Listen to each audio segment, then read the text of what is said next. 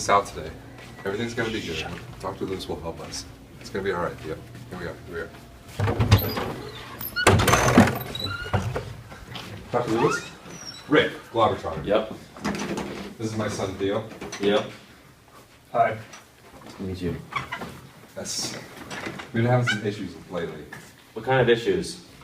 I'm having a really tough time, like, getting to bond with my son. He's having a tough time, you know, engaging with people. Is that so, Theo? At times, I suppose. So what kind of issues are we talking about? I mean, I'll come home and he'll lock himself away in his room all night. I'll invite him up for dinner. I'll invite him up for, you know, family TV time. And he refuses. He talks to himself. What do you talk about, Theo? What do you talk to yourself about? I don't talk to myself. I talk to him. Who's him? Him. I don't know. He keeps bringing him up and he won't tell me who it is. It's one of my friends, Dad. What's his name, Theo? It's him. See, I just don't know what to do. Yeah. I've seen this problem before. Is he in the room with us? Yeah. Can we meet him? Introduce me. No. You don't like you guys. Mr. Globetrotter, what we have here might be a serious problem, but there are ways I can't to do that right now. not cure it, but we could also fit some systems in where we can help him out a little bit. Are we thinking of like putting him on medication or some sort of program? That would definitely be ideal. No. No! Theo? No! Theo. I'm fine.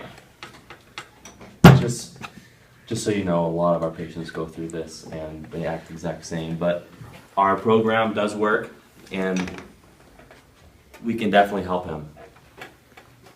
That's good. That's good. What I like to do is I like to put him through some CAT scans and No, definitely. double check to see. I just want to get to the Why are you bottom doing of this to me, Dad? I just want I'm my fine. son back. I just want my son I'm here! Theo, we can help you out, okay? Fine. I know you think you're fine, but I'm sorry, Mr. Globetrotter. It's tough. We have to execute him. Dr. Lewis, good to see you again. Yeah, you too. I assume you have the results. I do. Good news, and I have some bad news. The good news is your son does not need to be executed. The That's bad good. news I was is worried. he has been diagnosed with schizophrenia. He's here to harm you. He's gonna hurt Kill you. him! Theo, where are you there? Kill him! Are you okay, son? Kill Are you him! having one of your scenes? Come here.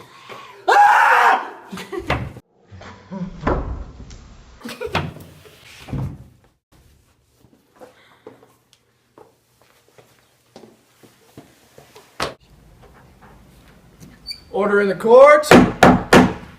Theo Globetrotter has been charged with murder in the first degree.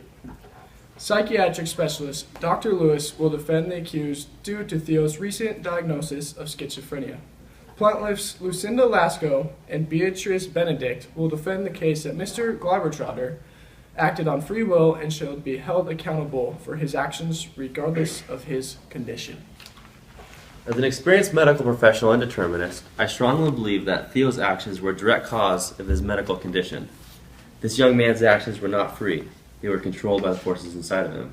These forces being the voices in his head, which are the effect of schizophrenia. Theo needs help, and this help can only be provided by a mental institution.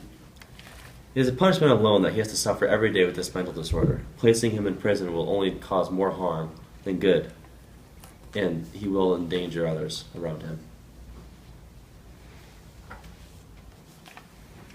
As representatives of the court and voluntarists, we believe that Mr. Globetrotter should be held responsible for his actions because he had the free choice to murder his father. Although his medical condition is unfortunate, it would be unruly not to equally convict him as we would with anyone else who committed this crime. Theo's actions were not free, but predetermined. Theo's actions were not free, but predetermined because of the influential side effects that come with having schizophrenia. This mental disorder is extremely detrimental to a person's decision-making because they feel as if they are being forced to act upon what the voices in their head are telling them to do. With this being said, he did not have the free choice to act in a different way. He was simply listening to what the voices were telling him to do.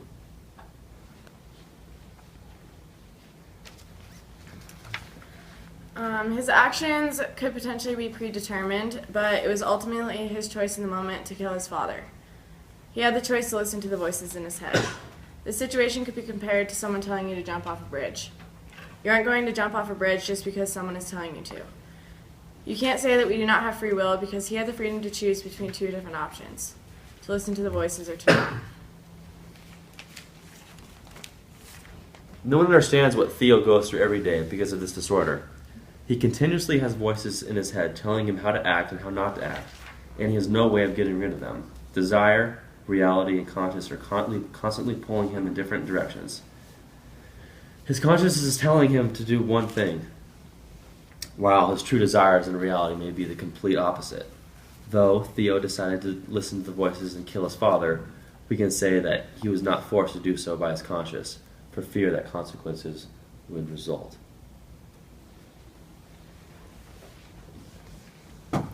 We can agree that Theo may not have desired to harm his father, but his behavior was not a result of physical forces or a push by the most powerful motive, but a choice he made to listen to the voices and let those be the criterion of his behavior. The fear of the consequences may have influenced his behavior, as did his conscience, but they did not force it. Consequences for his actions should result in imprisonment. It's a controversial issue, but Mr. Globbletrotter should not be treated differently than any other human being. Okay. There have been several defining points in both arguments today. We will leave the decision-making to the jury, and we will be adjourned until tomorrow. 1 day later. Order in the court. The jury has discussed Theo Globbletrotter's case involving the murder of his father. The final verdict is